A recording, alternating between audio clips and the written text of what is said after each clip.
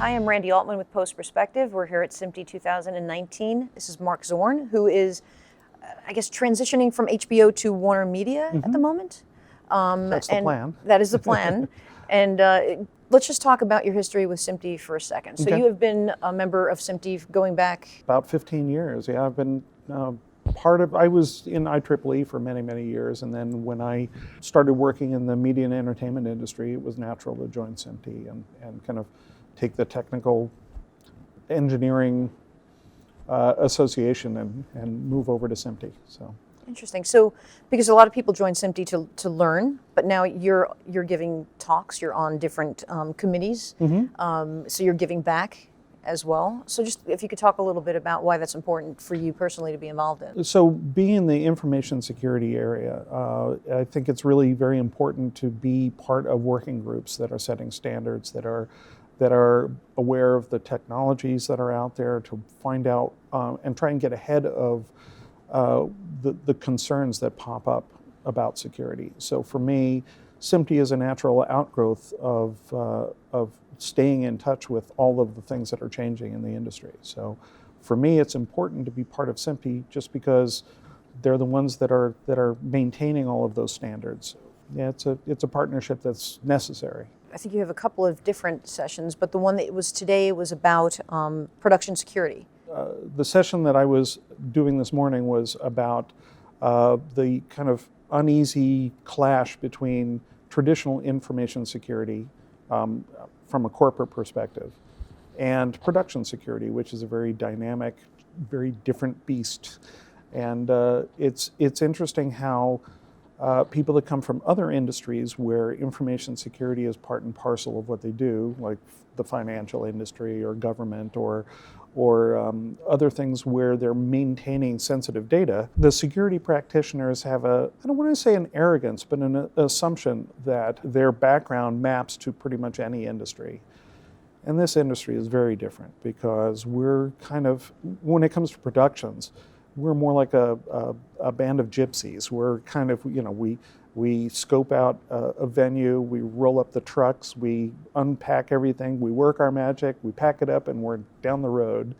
And so a lot of the technologies, we build our networks and we break them down in very short periods of time. So all of the things that are happening in very short spurts, and it's very cyclical, but it's not the same every time.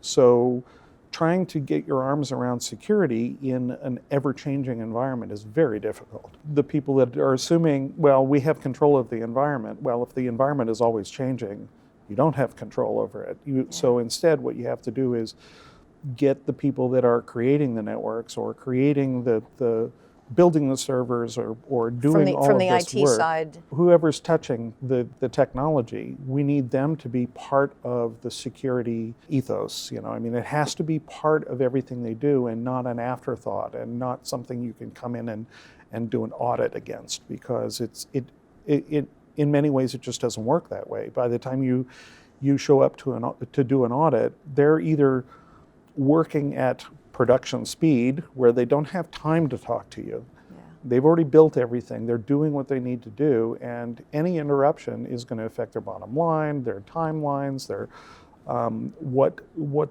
choices they make. So an audit at the wrong time is antithetical to their goal. So what we really need to do is get to become part of the conversation before they while they have cycles to be able to talk to us. Mm-hmm. So we will check out the tools that are in the industry and help them choose tools that have security that's already embedded in it, that's already part of it. I heard you were talking about the movie labs stuff. So the technology is embedded in everything that is in place there, and the only way to do that is to be part of the conversation when people are willing to be part of the conversation. But when they're filming, when the trucks are rolling, when the cameras are rolling, they're not talking to you. It's too late. They don't even answer the phone, so don't try.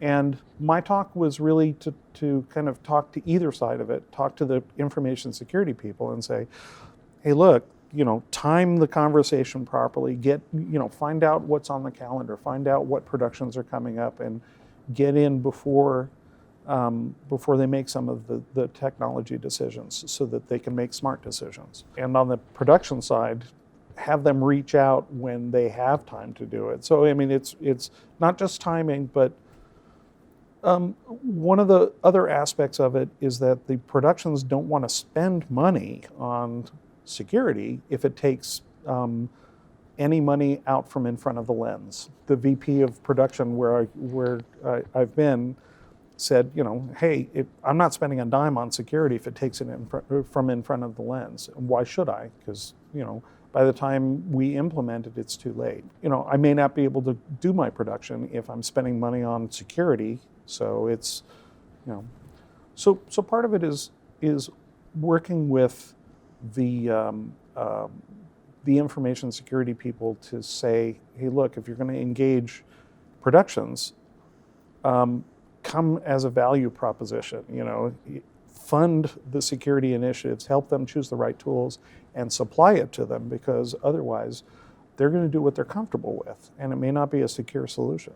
Have you come up with a paper that you could, hand to them almost as a this is what you need to be doing kind of thing? That's part of the trick, yeah. And productions, they, if you hand them, if you throw a security manual on the desk and say you're expected to know all of this stuff, they'll just, they'll take it and they'll throw it in the trash, and you won't have the conversation. So you really need to present security in bite-sized, one sheets, with a few bullet points that say, don't post on social media and change your password, and to have very short, simple ways of doing security, because we can build all of the technology, but if they're not willing to learn it, or if they don't have time to learn it, you're wasting your time. Right. So little bits and pieces, baby steps in a way. Bite-sized pieces. Yeah.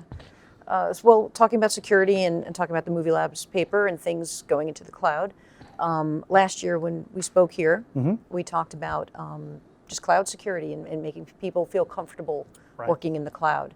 What's changed in the year? Well, we've developed some standards that are being adopted by the industry. There's some standard mastering formats that have come to be, so IMF, and we're trying to build in security into the IMF standard. ST 2110 is another standard that is coming up to speed. People are adopting it. They're helping to develop it. We're starting to embed security mechanisms within the protocol so that you have digital certificates for authentication, for encryption, for a lot of these things, so that your data can be out in the wild and people can steal the data, but if it's encrypted and there's a way that only the right people who know how to encrypt it can use it, fine, they can steal the data, but they can't do anything with it. Right. So you have to be part of the right cabal or something. So very cool. Marc, thank you so much for coming by and talking to us again. No, thank you. We'll get you next year, I hope. Absolutely. Randy Altman, SMPTE 2019.